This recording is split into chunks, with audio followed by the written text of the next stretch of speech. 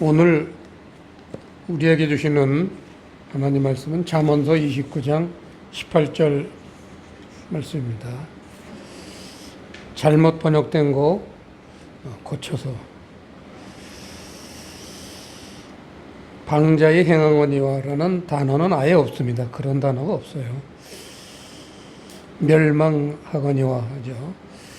그렇게 고쳐서 합독하시겠습니다.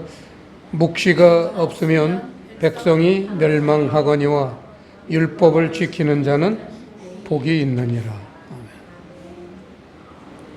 성경 중에는 한 문장이 성경 전체의 뜻을 대표하는 그러한 구절들이 몇몇 개 있는데 오늘 말씀이 바로 그러한 구절이죠. 성경 전체의 주제를 대표하고 있습니다. 수학 용어로 치면 대표값이죠.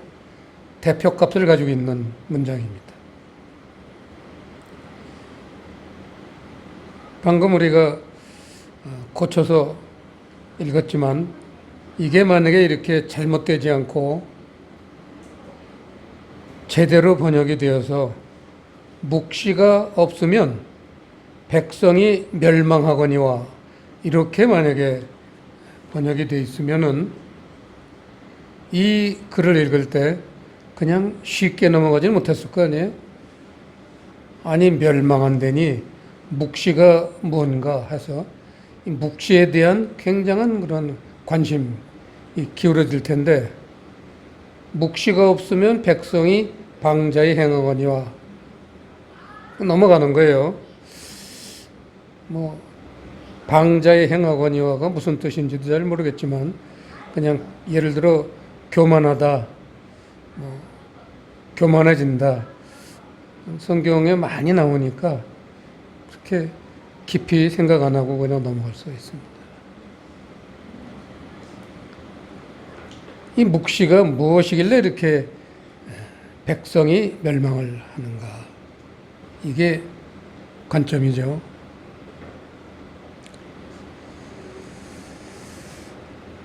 이 멸망하거니와 라는 단어는 파라라는 단어죠.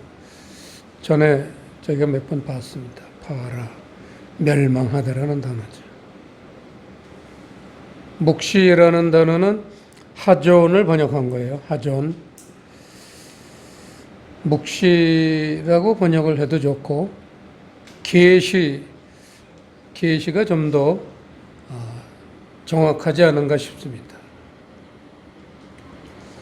묵시는 옛날 용어죠. 지금은 사용도 안 하고 이 묵시가 신약에 오면은 이제 계시가 됩니다. 그래서 묵시가 없으면 백성이 멸망한다는 계시가 없으면 백성이 멸망한다 이런 뜻입니다. 이 계시는 예언과 같은 의미입니다. 예언, 계시 그런 의미죠. 자, 그래서 계시가 없으면 백성이 멸망한다라고 단적으로 그렇게 선포를 했는데 신약에서 그 말씀을 한번 우리가 찾아보겠습니다. 갈라디아서 1장 말씀입니다. 갈라디아서 1장 11절을 보시면요.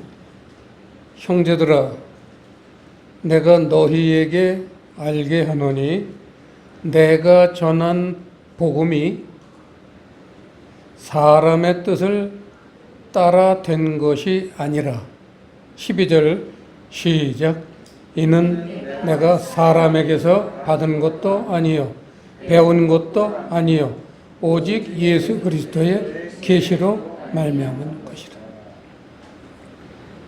11절에 내가 전한 복음이 12절에서 예수 그리스도의 계시라고 선포를 했습니다. 색깔 있는 색연필이 있으면 그걸 칠하세요. 내가 전한 복음을 칠하고 12절에 예수 그리스도의 계시 이걸 칠하고요. 7절에 보면 그리스도의 복음 이걸 치라고요. 2장 5절에 복음의 진리를 치라세요. 네 개가 다 동의어죠. 동의어입니다. 이제는 우리가 갈라디아서는 저번에도 말씀드렸지만 구원을 얘기하는 책이죠. 에베소서하고 갈라디아서는 구원책입니다. 그 성경을 탁 보면 이제 한눈에 색칠한 데 네 군데가 한 번에 돌아야죠. 그리스도의 복음, 내가 전한 복음, 예수 그리스도의 계시, 복음의 진리 같은 말이구나 하는 것을 쉽게 이제 우리가 접근할 수 있어야 됩니다. 그래서 계시라는 것은 이게 좀 더 접근을 하면 복음이라는 것을 알 수 있습니다. 그래서 이 묵시가 없으면 백성이 멸망한다라는 그런 뜻이 복음이 없으면 백성이 멸망한다. 이러면 우리가 쉽게 이해할 수 있습니다. 만약 복음만이 유일하게 구원을 하는 것이기 때문에 복음이 없으면 구원을 받지 못하니까 백성이 멸망한다. 그런 논리죠. 결국은 묵시가 있어야지만, 복음이 있어야지만 백성이 멸망하지 않고 구원을 얻는다. 이런 주제, 아주 간단한 주제이지만 성경 전체를 어우르고 있습니다. 그 다음 두 번째로 우리가 봐야 할 것은 본문 뒷문장이죠. 율법을 지키는 자는 복이 있느니라. 이 말씀입니다.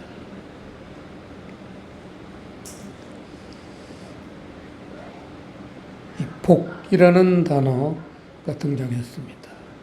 시편 1편을 한번 보시죠. 시편은 150편을 구성하고 있는데 그 150편 시편을 대표하는 부분이 바로 시편 1편입니다. 다윗이 저술했습니다.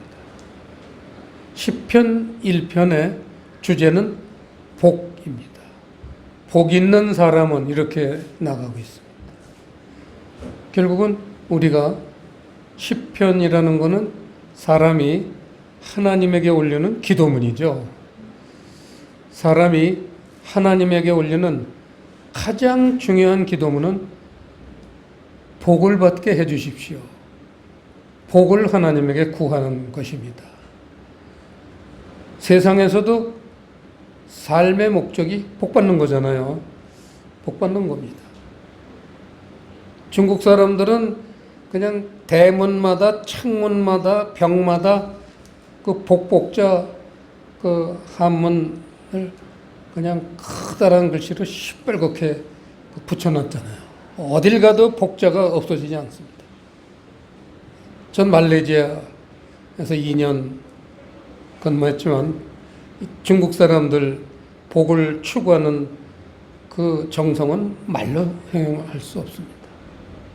그 빌딩 가진 사람들, 예를 들어 5층, 6층 빌딩 그 네 귀퉁이에 복을 빌기 위해서 그 터주는 걸 뭐라고 그러죠?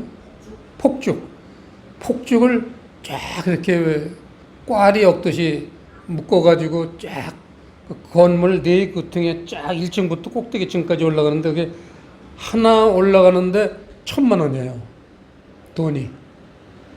그러니까 네 군데 올리면은 4천만 원을 그걸 돈을 투자하는 건데 불과 2, 3분 만에 호로록 타서 없어지는 거예요. 그런데도 그 건물주들은 그걸 복을 추구하기 위해서 4천만 원을 해마다 그렇게 명절에 그걸 태웁니다. 그 정말 장관이죠. 건물마다 그냥 뭐 또 집집마다 그 폭죽 터트리는 소리가요. 귀가 그냥 뚫어질 정도예요. 펑펑합니다. 그 불과 그냥 1, 2분 지나면 다 없어질 건데도 어마어마한 돈을 들여서 그렇게 폭죽놀이를 하는 이유가 복을 추구하기 때문이죠. 우리도 그 인사할 때 새해에 복 많이 받으세요. 세상에서도 가장 중요하게 추구하는 게 복이지만 하나님 나라에서도 복 받는 게 가장 중요하다는 거예요. 그게 시편 1편 첫 단어가 복이라는 단어로 시작을 한다는 거로 우리가 알 수 있습니다. 복 있는 사람은 이렇게 나가죠. 복 있는 사람은 그 얼마나 우리나라도 그 이제 기독교가 그렇게 대중화되기 시작했냐면 반포에 가면요. 이 복이라는 단어가요. 이 복이라는 단어가 에쉐르입니다. 반포에 가면요. 아파트 이름에 에쉐르 아파트가 있어요. 이 얼마나 놀랍고도 놀라운 발전입니까? 아파트 이름이 에쉐르. 성경에서 말하는 복. 중국 사람들만 우리가 바라볼 게 아니라 우리나라도 에쉐르라는 이름으로 아파트 이름을 지었다는 거예요. 그만큼 우리 기독교인들이 복을 추구한다는 거겠죠. 복 있는 사람은 어떤 사람이냐? 복 있는 사람은 이게 중요한 거죠. 복 있는 사람은 2절에 오직 여호와의 율법을 즐거워하여 그 율법을 주야로 묵상하는 자다. 복 있는 사람이라는 것은 여호와의 율법, 그냥 율법도 아니고 여호와의 율법을 즐거워해요. 그 율법을 주야로 묵상하는 자로다. 주야로 묵상한다는 것은 그 뜻을 깨닫기 위해서 밤낮 없이 추구한다. 그런 의미죠. 그 뜻을 깨닫기 위해서. 여호와의 율법이라는 것, 이게 굉장히 중요한 단어죠. 성경에서 가장 중요한 단어죠. 그냥 율법. 이 율법이라는 단어는 토라, 우리가 잘 아는 토라, 모세 오경을 토라, 그 성경에서 모세 오경, 경에 기록한 대로 뭐 이런 식으로 모세 오경을 얘기하는 단어가 토라인데 여기서 지금 토라예요. 토라라는 것은 법이죠, 법. 법입니다. 하늘나라의 법이죠. 하늘나라의 법. 그걸 여기서는 여호와의 율법 그랬습니다. 그러니까 아까 1단락에서 얘기했던 묵시를 계시를 복음이라고 했듯이 여호와의 율법이라는 건 복음 진리죠. 복음입니다. 그 복음을 즐거워해서 그 율법을 주야로 묵상하는 자, 이게 복 있는 사람이라는 거예요. 그러면은 실제로 우리가 현실 속에서 복 있는 사람이 몇 명이나 되겠어요? 정말 눈에 띄기 힘들겠죠. 복음 진리를 추구하는 걸, 그거를 즐겁게 생각하고 주야로 그렇게 말씀을 묵상하는 사람, 우리 푸른교회는 뭐 다 그렇지만요. 실제로 이런 사람들이 교회 안에는 그렇게 많지 않습니다. 왜냐하면 교회는 많이 변질됐기 때문이죠. 종말이 갈수록 점점 더 변질될 겁니다. 그래서 마태복음 24장에 마태복음 24장은 종말장 요한계시록을 줄인 거잖아요. 요약한 건데. 사랑이 식으며 그랬어요. 사랑이 식으며. 사랑은 어디서 옵니까? 진리에서 와요. 우리 교회에서 가장 이렇게 주제가로 생각하는 베드로서 1장 22절도 우리가 성령을 통해서 진리를 순종하면은 그러면은 이웃을 사랑하게 된다. 진리를 추구하지 않고 사랑하는 마음을 하나님이 부어주시질 않아요.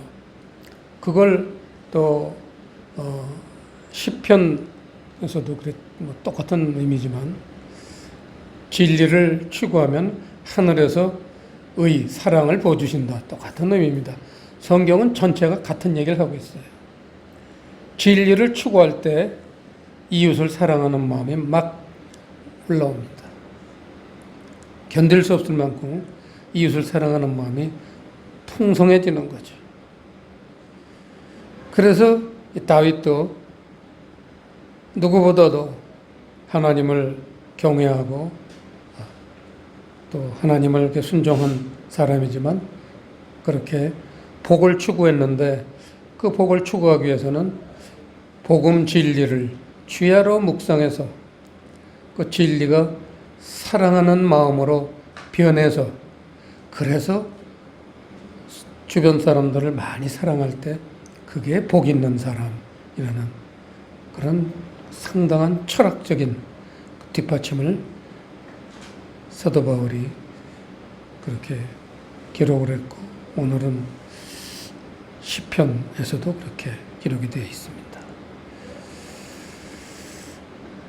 오늘 말씀은 아주 단순하면서도 간단했습니다.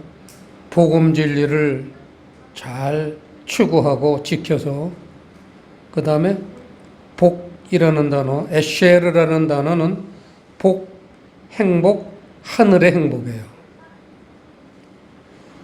하늘의 행복입니다. 그래서 이 땅에 살면서 하늘의 행복을 누리는 사람, 이게 복이라는 거죠.